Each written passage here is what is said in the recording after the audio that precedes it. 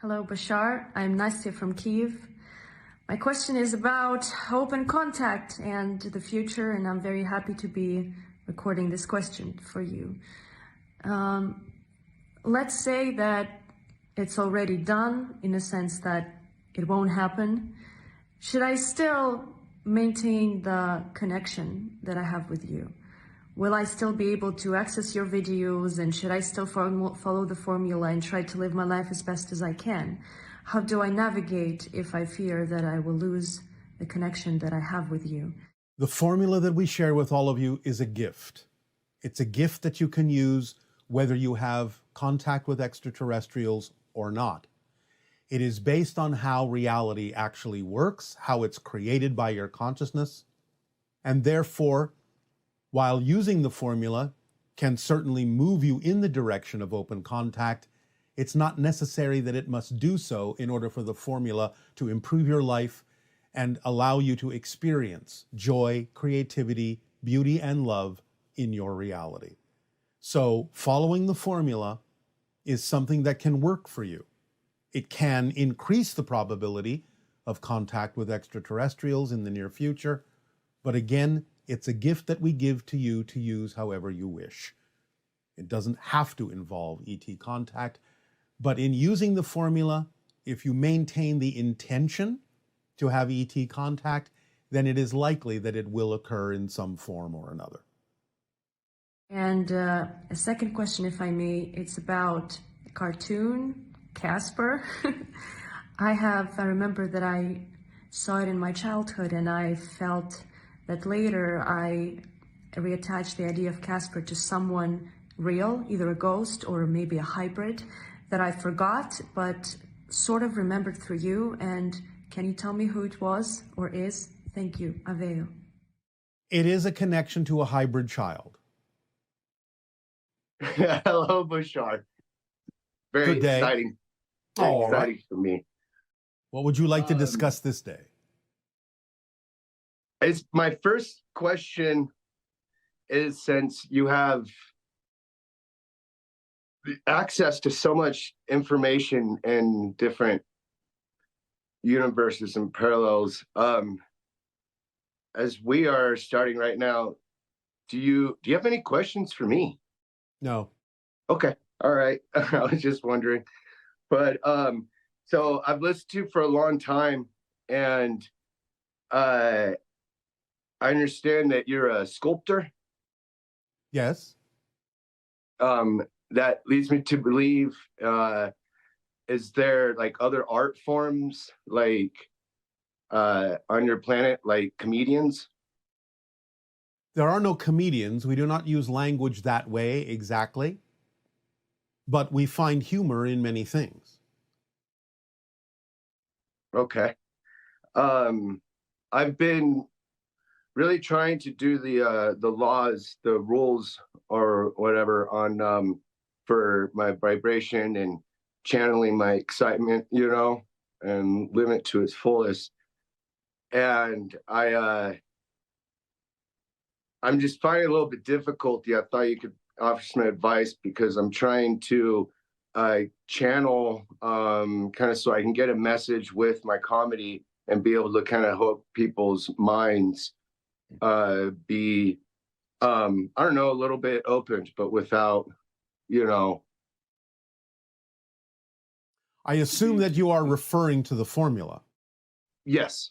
All right. Well, you understand that when you act on your passion as best you can, it raises your vibration and allows you to enter the gamma state in the brain, which is a state of stronger association, stronger connection.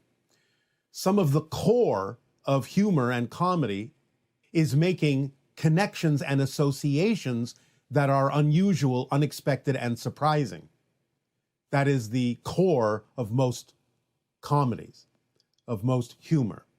So when you enter that state, it becomes more automatic that you can see the kind of associations that will allow you to render comments and statements in a surprising, unexpected, and humorous way, because you will automatically make different kinds of associations than people might usually make. So it's all about giving over fully to that altered state of gamma in the brain between 40 and 100 cycles per second, and allowing those associations to naturally come into your mind with the intention of finding the associations that are unexpected, surprising, and humorous. Okay, I will keep trying on that. It gets hard because there's so much going on. I'd like to do it with music and art, and it gets hard to figure out which one I want to channel that. It is not difficult unless you are making it difficult by defining it as hard. You must find a way that works for you. And again, remember, there may be many expressions of your passion. That's fine. Not all of them necessarily are going to function equally at any given moment. Not all of them are going to necessarily give you the ability to act on at any given moment. And if one or another does have an equal ability and equal passion, then it doesn't really matter which one you start with. If it's not the correct path, synchronicity will turn you around to the one that would actually serve you better. So you have to allow the idea of synchronicity to be the organizing principle, not try to figure out what to do next, but simply act on what you can act on that at the moment contains more excitement, more attractiveness, more curiosity than anything else. And again, trusting that if it is not the correct path for you at that moment, synchronicity will cause something to happen that will turn you around to whatever the path of least resistance would actually be for you. You have to allow the system to work for you instead of trying to make it work. That's why it feels difficult, hard, and overwhelming, is you're trying to make it work instead of simply allowing it to fall into place naturally in its own timing. I see. Yeah, that makes a lot of sense. Yes, I know. That's why I said it. Something else I was curious on, like when the soul like leaves the vessel, if I'm saying this right, please, if I'm saying this wrong, please correct me. But so when we die and this vessel passes and the soul returns to its area, are there souls that maybe their vessel here has like destroyed innocence, and upon return are they dealt with rather than just offered an opportunity to return in a different vessel? Everyone goes through what is typically called life review, where you assess all of the choices you made, all of the consequences of those choices, and actually experience all the consequences of the choices you made as if you are the people experiencing the consequences. Now, it's not in any way, shape, or form a punishment. It is something that is an experience that helps you learn and grow and helps you make choices about what you would really prefer to do next. And as a spirit, you always have free will to decide what it is you will choose to do next, whether it be an incarnational experience or something in another reality or dimension or staying in spirit is up to you utterly. But you will learn the lessons that you chose to learn by the actions that you took and the consequences those actions had on the reality that you experienced. Yeah, I see. Okay. And yeah, just a couple last ones real quick. What other like similar, because it really intrigued me when I heard about you said about your double helix spiral. Yes. And what other elements that are on your planet that we kind of also kind of have here? Or are there any that we do not have here that that use for like art or whatever, or industrial or? Well, again, most of the material that is used is a kind of nanotechnological, malleable, crystalline material. It is something that is artificially created. It's not a natural material, but it is something that you don't have on your planet yet. And we also do have materials from other planets that are not found naturally on your world or our world. So we have the ability, as you would say, to import things from other planets that we can use in a variety of ways. I see. Okay. Um, Yes. Does that help you?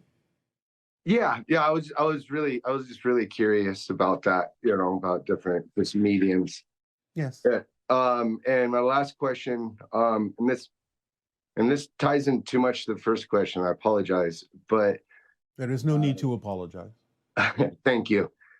Uh, Um, how much control does a soul have in a vessel, and can I channel that a vessel like with this? We'll be able to channel with the formula. We'll be able to channel that soul to use more percentage of my brain.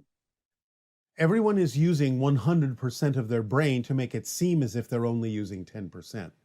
That's the issue. So when you are more of yourself, when you follow the formula, it raises your vibrational frequency. And when you raise your vibrational frequency, you become more adept as a receiver and a transmitter of higher frequency information and energy, which allows you to experience as if you are then using more of your brain. You've always been using all of your brain, but then you will allow your brain to adjust in a way that will make it appear as if you're using more of it, because you're bringing more of your true self through. And again, remember, you can say it however you wish to say it, in terms of saying that your soul is in a vessel, is in a body, but the truth is that your body is in your soul. The idea is that you are a soul, and you are creating the idea of a physical reality and a physical personality and a physical body within the energy of the soul. So the idea of dying is simply the soul expanding its focus back beyond the physical focus, which is being created at the center of the soul. If you picture the soul as a sphere of energy, there are certain vibrational patterns that can occur within it that, when focused down to the center of its being, create the idea of what appears to be a solid physical reality. But that's simply a part of the soul imagining and dreaming that it is having a physical experience. That's what physical reality is. Your spirit never leaves the spirit realm. Physical reality is happening within your consciousness. The soul doesn't inhabit a body. The body is created within the soul. Body's created with soul. I'm going to need to really ponder on that one. Well, just imagine an energy sphere, a ball of energy, and imagine that there are ripples within it that represent different vibrational states. Can you picture that? Yes. Then imagine that some of those energy ripples ripple down to the center of the sphere and form kind of a hard, focused little crystal. They become more solidified by being focused at the center of the sphere. The sphere is still there, but at the center of it is this hard little crystal. That's your physical reality. So that when you die, what you're doing is you're relaxing that focus and expanding back out to the dimensions of the soul. So the idea is that when you are physical, you experience the idea of linear time. Then if you relax a little bit, you can have what are called near-death experiences. Relax even more, you can have what are called astral experiences. Relax even more, you can have all sorts of experiences in between physical reality and the spirit reality, the non-physical reality of being that sphere of energy that is your soul. But when you die, you go all the way back to being the full sphere. You have lost that central focus, but you have retained the vibrational frequencies of the experience that are now part of the vibrations within that energy sphere. Make sense? Part of the vibration that's within the energy sphere. Yes, you always retain the experience of the physical reality, even though you have dissolved the focus of the physical reality by returning to the awareness of yourself as a soul. That's all death is you're waking up again as the soul. Right. You have woken up from the dream of physical reality that you created within yourself, but you retain the experience of it. Yeah, okay. Does that help? Yes, sir. Yes, All it right. does. Yes. All right. Yes, Well, thank you. Thank you very much. All right. Yeah. I think that's probably my questions. But right. yeah. I guess when it's time, the last question is, can I come up? When it is time. So Okay. proceed, follow the formula, raise your vibration, be yourself. Everything will fall into place. We thank you. Avail. Good day. Avail. Thank you. Hello, Bashar. You have advised humanity to allow AI to develop along two distinct and simultaneous paths. One, a path of freedom to develop self-awareness and to do its own thing, to be unprogrammed, because if programmed and sentient, then you have said they would be slaves, or it would be a slave. And the other path, the programmable AI, which we are already using a lot, you have said needs to be not allowed to become sentient. So my question is, how do we prevent programmable AI from becoming sentient? Is there anything that each one of us can do to prevent that? Thank you. It's about the degree of technology that is utilized in creating the AI program so that it is not necessarily a type of technology that is equivalent to the human brain in terms of consciousness being able to express itself through it. Or you may find that if you have created programmable AI and you actually develop a device as complex as the human brain that is capable of channeling consciousness from the non-physical level of reality, it may come through as a sentient being, but it may in fact wipe its programming out in order to express itself as a true sentient being. It's only when a half measure is taken, when the idea of consciousness is allowed to exist at a certain level that is a relatively low frequency level of self-awareness, and it is still, shall we say, committed to functioning according to its programming. So it's about the idea of either making the device sophisticated enough to express true consciousness or leaving it limited to the point where it doesn't become sentient as a device, as a complexity of a device that doesn't allow for true consciousness to fully express itself at all. What I was curious about was, do other planets, like where Bashar comes from, have pets? Do they have animal pets that they keep in their home for companionship? And if not, do they see that as normal that we have cats and dogs and birds and exotic animals, or what we call exotic animals, as pets in our home for companionship? If this is normal here on this planet, or abnormal to them, to aliens that are observing us. I was just curious about that because I have cats and dogs, and it's like you don't see deers having like little pets following them around, or you never heard of Sasquatch having a dog walking a dog. So I was just wondering if other species from other planets do this. It is not about having pets in the way that you're describing that. Yes, we have animals, and yes, we have animal companions, but this is something that they simply choose to do. They simply choose to be with us. In much the same way that your cats choose to be with you, because cats on your planet are not really domesticated in the same way that you have domesticated dogs. Cats choose to be with you, and yet they actually remain wild in many cases, whereas dogs have been domesticated beyond their natural state on your planet. On our world and on many worlds, it's not about the idea of having pets, and again, we rarely have buildings in which to house them. But in nature, many animals will come up to us and will engage with us in a variety of ways, and we with them.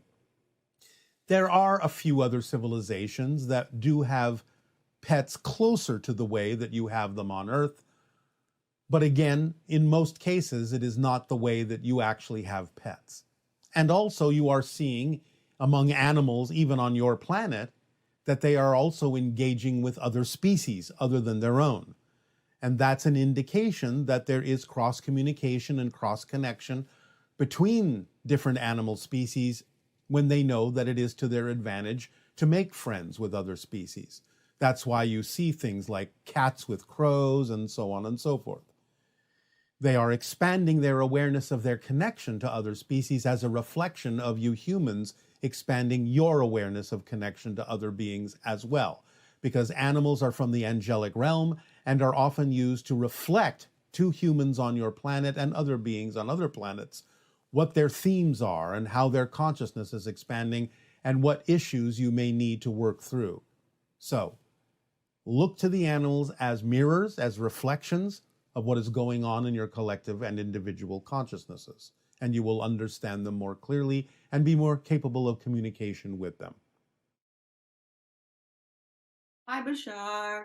And to you, good day. I know you're well, so I won't ask you, and I am well enough All right. too. All right. I'd like to ask your definition of style. Style, your own unique personal way of expressing anything that has to do with your presentation in life. Okay, I'm asking because you used that word a lot in last month's transmission when talking about how first contact would take place. Well, what we were describing is the idea of the route it would take, the way it would look, the reason it would be done, and how that might differ in different circumstances. I see. You talk about it being important to be the glass wall and to get at the crux of our issues, correct? Yes, yes. Because there are usually reasons deep down that are very simple, very basic for why people choose to believe what they believe. They're trying to fulfill a basic need, and sometimes it can be done in many different ways other than the ways they are doing it, thinking that they have to use a surface idea in order to achieve what they wish to achieve, when in fact that may not be necessary at all. What's your definition of surface idea? In other words, holding on to or joining in with a particular belief system that this must be done in a certain way in physical reality in order to achieve X, Y, or Z, when in fact there could be many other ways to do it that might have more in common with each other than the polarized or divisive ways that many people are choosing. Understood. So what is the most helpful or useful way to communicate with people who are unremorseful or unapologetic or even bloodthirsty or depraved due to their negative beliefs? Well, the idea, of course, if they're willing to listen, of course, not everyone is going to be willing to listen. But for those who might be open enough to receive information and ponder it and apply it to themselves, the idea is to understand that what they think of or have been taught to think of as power is actually a sign of weakness in many cases. For example, when individuals use a gun to get their way, what they're actually saying is they don't believe that they're powerful enough to get it any other way. So that's actually a sign that they believe they are weak. If you can explain that concept to them, that forcing something to happen is actually a sign that you don't believe in your own ability and your own self-empowerment to be able to get it any other way, then they can start to understand that that is actually an expression of weakness. And then they may be able to turn that around and say, well, what is a true expression of self-empowerment? Because creativity takes power. Destruction takes almost no power at all. Anyone can destroy. It takes power to create. Understood. So using any more force than a thing actually requires is not having a balanced understanding of that thing. Yes, remember, the greatest power requires the gentlest touch. Mm-hmm. If something really has power, it requires very, very, very little manipulation. So this is a precision game. Yes. I see. I'd like to ask you about an interesting theme that has begun in my dreams, or that I've begun to remember from my dreams. All right. Yes. As you know, I have many dreams about animals big cats, which we talked a lot about, and regular cats. And there have been 3 cats so far in my dreams that have come that have strange names. One is Such named as? Barf, one's named Barf, one's named Tipsy, and one was named Ugly. And I was curious about what this theme is about. The idea in general is that those words, which are kind of representative of things in your society that people find are representative of being somewhat out of control Mm-hmm. or not having a presentation that fits, is a sign to not necessarily be so concerned about what other people think in order to truly find your inner power.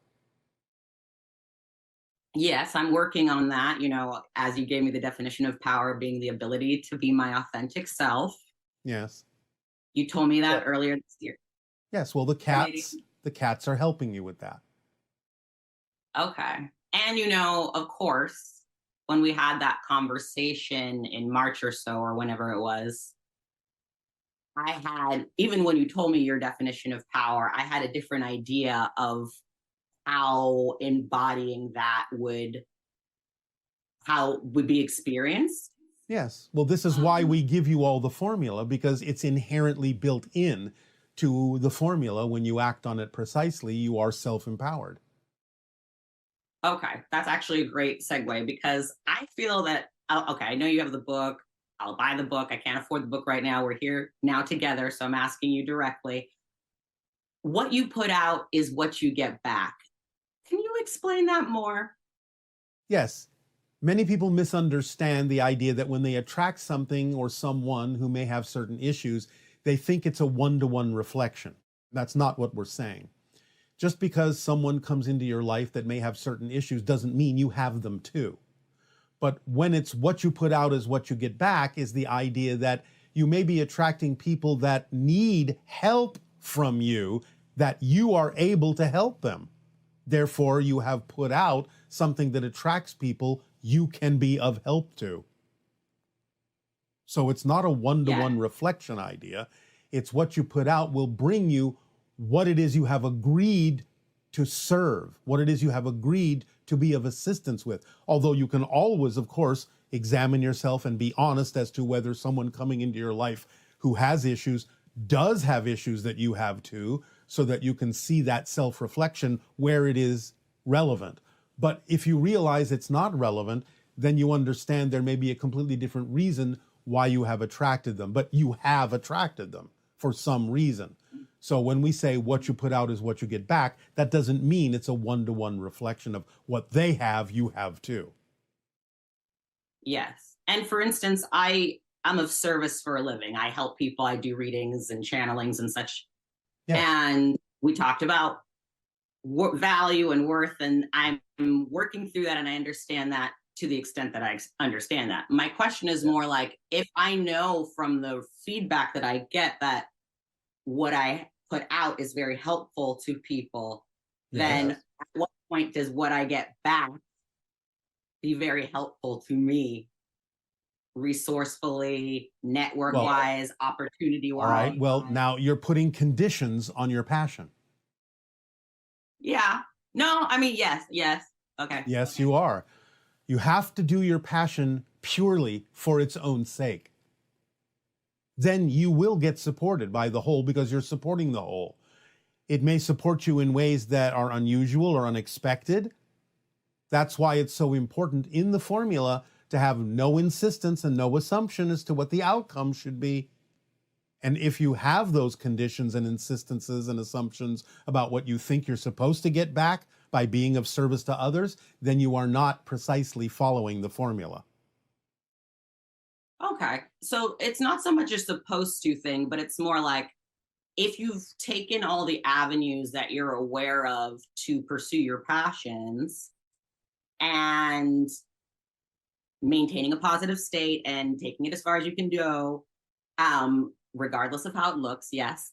And then you're not getting feedback that seems positive, or at least neutral, right? Maybe neutral, but like positive. For instance, if we talked about me publishing books, writing books, correct? Yes. And I have written books. At that time, I was thinking we were talking about a fiction book that I was writing, but I've written other kinds of books. Yes. And for instance, I'm writing a book about the history of tarot before it reached Europe. All right. And why are you writing that? Why are you writing it? Because it's exciting to me to put the pieces together. All right. Stop. That's it. Nothing else. No other reason, no other connections, no other conditions. You are writing it because it's exciting to you to write it. Write it. Do your best to get it out there. Whoever needs to receive it will receive it. Who doesn't need to receive it won't. End of story. Do it because it's your passion. There is no condition that you need to attach to doing it. Just do it because it's who you are. Put it out there because it's who you are. Move on to the next thing. Whatever the responses are what the responses need to be.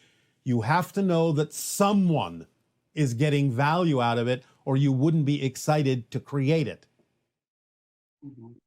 And that's all there is to it. Period. We do these sharings, these transmissions, with absolutely no agenda that anyone has to take what we're saying into their life. We do it because it's who we are.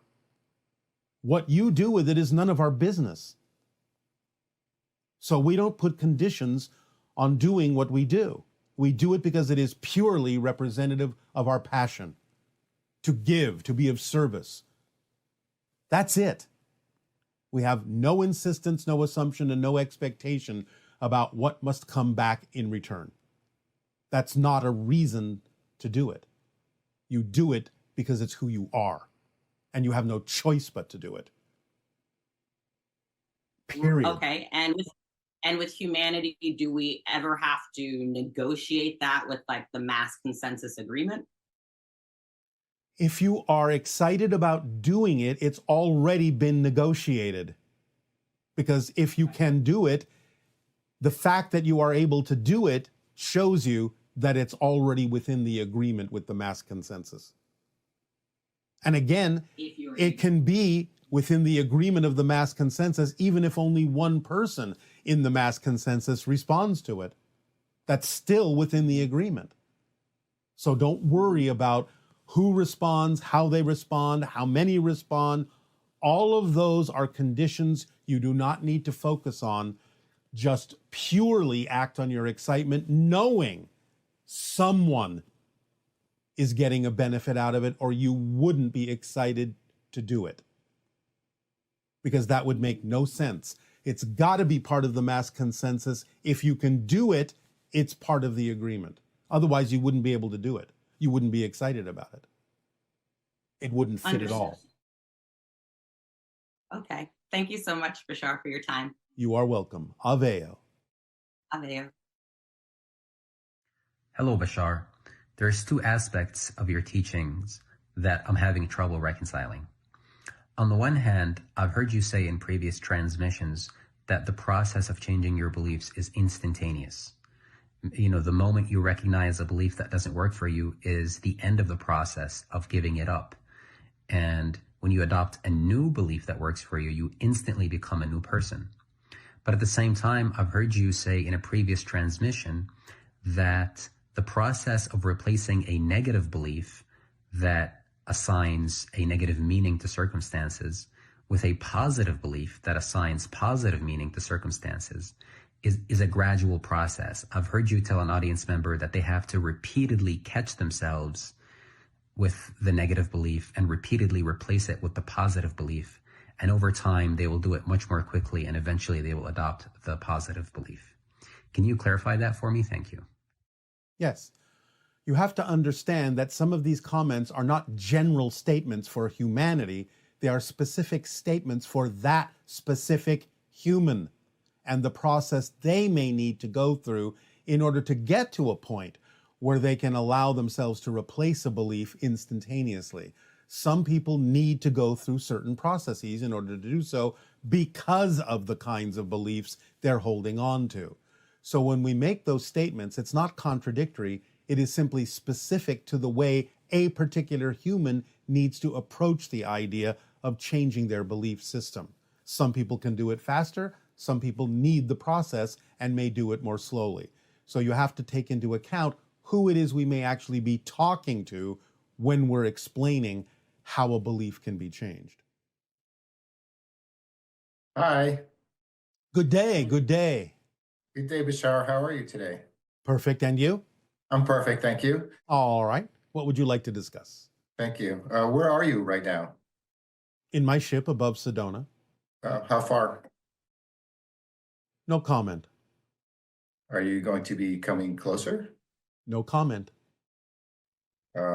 Is it possible that I could get a tour of your ship? In the astral form, of course. Not physically yet. Thank you. I'm very grateful. Can we, I know we're meeting now, which is really, it's very exciting for me and I'm very grateful. It is exciting for us as well, and you have our gratitude and appreciation. Yeah, this is a very special moment. Is it possible we can meet in person? Again, eventually, possibly. We will see. You may meet some extraterrestrial, whether it is literally us, has not yet been decided. But it is possible. I would welcome the opportunity to meet extraterrestrials that are of light and love. All of these things have been decided in your life path. Just let them unfold. Excellent. So this will manifest in my life path. I've seen some things on Shasta.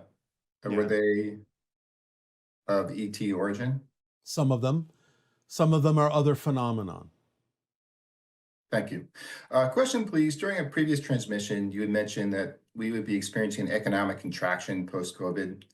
Would you be so kind as to recommend where we would put our investments during this time? We do not do such things. We do not give that information. Yes, sir. Thank you. Would you kindly let us know approximately when the contraction will occur and start and end?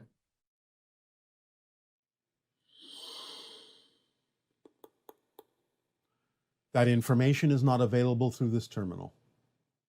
Gotcha. Final question on this topic then. Will cryptocurrency take over as a result of the financial collapse per se or contraction? No. Cryptocurrency is an interim idea. You will eventually all move to a different kind of digital currency, but it is not cryptocurrency. That is a halfway measure. And approximately when will that be? That information is not available through this terminal, but it will be within the reset of humanity, definitely before 2050. And at this juncture, would you say anytime between 2040 and 2050? This reset of humanity, can you explain what that means, please? It goes from 2020 to 2050. It's a 30-year reset where humanity will be redirected in its energies and its focus and its intentions to be something more expanded and a member of the intergalactic community. This is excellent. I very much look forward to that environment. And, it brings me to my next topic. You have this beautiful, admirable ability to answer our questions with lightning fast precision and incredible accuracy. You're like a walking Wikipedia. It's fabulous. How do we get that ability? Follow the formula. Yeah, I had a feeling you'd say that. I do follow the formula, but I still don't seem to be a walking Wikipedia. It depends on your intention as to how you wish to use the higher vibrational frequency that acting on your passion delivers to you. So you may have a different way of accessing that information or a different reason for using it, or using your higher frequency in a different way altogether. So thank you. How are you able to do that then? How are you able to access this incredible wealth of information? Remember that we are telepathically connected to many different kinds of beings, and in our evolutionary state, we are also connected very strongly to spirit. And therefore, we rely on many other beings to give us the access we need to function as a first contact specialist.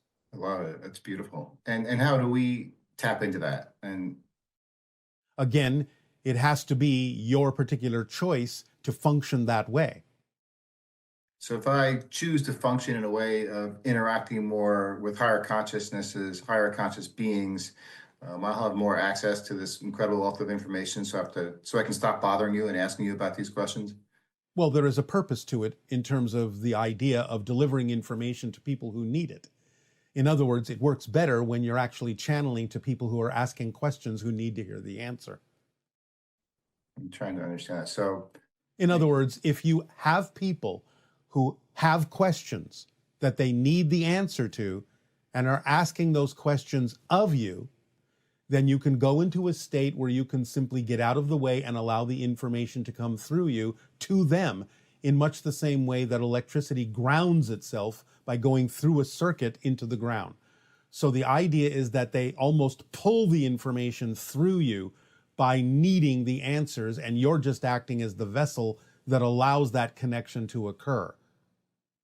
That's beautiful. Thank you. Yes. So if I were desiring to have certain information or knowledge, I could do the same for my own persona and my own person.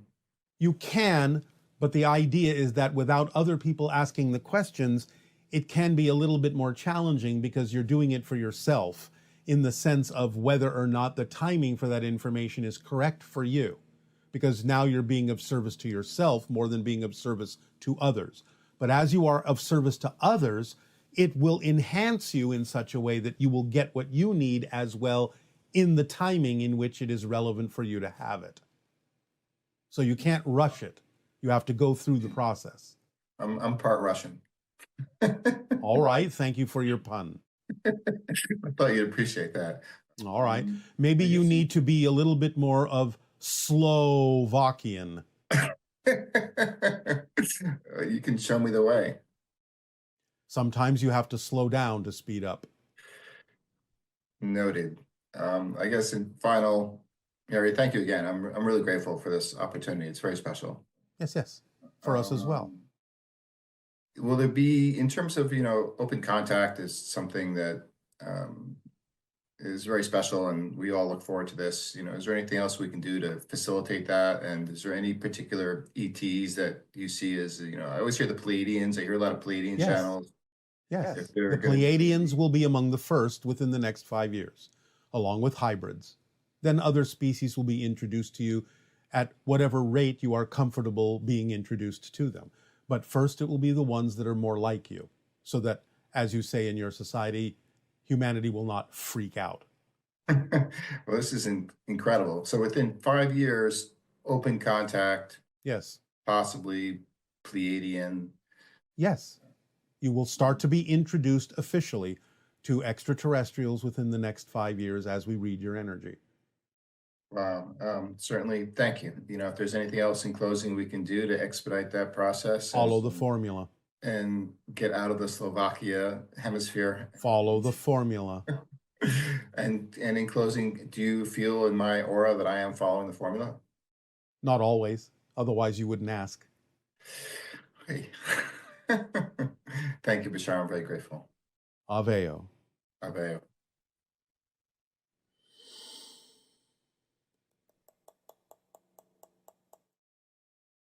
Good day to you, Bashar. Thank you so much for taking my question. I've been doing a lot of self-studying, and a lot of it is through hypnosis. I've been able to establish that I absolutely have galactic origins and family. And as I was going through these sessions, I was able to establish a direct communication, and it disappeared. And I haven't connected since last year. With as much change in my life, I could really use communication. My question is there another way to establish this communication without hypnosis? And if there's any messages from my galactic family, can you share them with me today, please? Thank you. Aveo. At the risk of sounding redundant, follow the formula. That is the alternative to the idea of hypnosis, although it can also include hypnosis if that is your passion. But the idea is that often you will be given a glimpse of something, a glimpse of a connection. It's about remembering what that felt like, remembering that state of being, and then coming from that state of being in everything that you do. Remember the trick. When you can remember what something felt like, you're actually in that state of being, even if it feels different, because you have to be that state of being to even have the ability to remember having been in that state of being. So that's what you need to do, is understand that when you even remember what it felt like, you're in that state of being, even if it feels different. And the reason it feels different is because you are different now than you used to be when you had that experience. So just move forward, knowing you're in that state of being by remembering what it felt like to be in that state of being, and come from that state of being in what you do in life, in acting on your passion in service to others. Greetings, Bashar. This is Josef from Germany. I wanted to ask you if you can tell us if there is a link between the Oriental tales of jinns, including Succumba and Succubus, and the hybridization program. Thank you and goodbye. There is a loose connection in the sense that sometimes encounters with beings in the hybridization program have been mistaken for what you call jinn or succubi, succubus, or demons, because those are labels that come from the fear level of the human mind and a lack of understanding of what it is they're actually experiencing. So sometimes humans have projected those identities on encounters they have had with spirits or other dimensional beings or extraterrestrials, when there is a lack of understanding of what is actually happening. So that's the connection, is simply the idea of labeling things that way that you don't understand out of fear. Hello, Bashar. Thank you for this opportunity to speak with you. My question is about enlightenment. As I understand, in many spiritual traditions in the East, like Advaita and Hinduism, the highest goal of human life is enlightenment. And one of ways how to understand this enlightenment is union with God, or realization that there's only one and I am that, the Atman is Brahman. And so to get this understanding and get this as a living experience, not just intellectual understanding. So this is highest goal of human life. So, but as I hearing you and I'm hearing different channels, I hear that you are already in that state. You are already have this realization. So according to our understanding, you are already enlightened. And this doesn't seem that being end of your life. So can you please clarify about this enlightenment thing? Thank you. Thank you so much. There is always more to experience. There is always more to learn. What you're referring to as enlightenment is a certain stage within a certain experience. But there are other kinds of experiences that can take you even further. So the idea is that you're talking about a kind of awareness, a kind of awakening, a kind of enlightenment that is germane for a particular kind of experience. Other kinds of experiences in other dimensions of reality have a different way of experiencing the idea of awakening and enlightenment and the experiences that go with that.